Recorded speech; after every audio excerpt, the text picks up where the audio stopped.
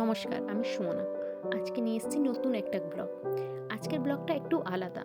অনেক মেয়েরাই আছে যারা পড়াশোনার জন্য, বিভিন্ন কাজের জন্য বাড়ি থেকে ওদেরকে অনেকটা দূরে থাকতে হয়। তাদের মধ্যে আমিও একজন। এবার বিগত ৫-৬ বছর ধরে আমাকে আমার ফ্যামিলি থেকে দূরে থাকতে হয়েছে। প্রথমে স্টাডির জন্য, তারপর এখন জব রিলেটেড।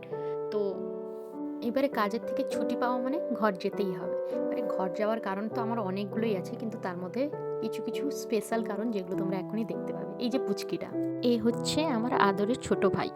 এবারে এর সঙ্গে আড্ডা দিতে তো আমার খুব ভালো লাগে। মিকু মিকু গুগু এই নিয়ে সারাদিন আমি ব্যস্ত থাকি। নিজের নামটাও ঠিকঠাক সে বলতে পারছে না, কিন্তু আদরে আমাকে বড় দিদি কিন্তু ডাকছে। দিদি তাই ছুটি পেলেই আমি ঘরে ছুটে যাই। এই যে নাচে ব্যস্ত।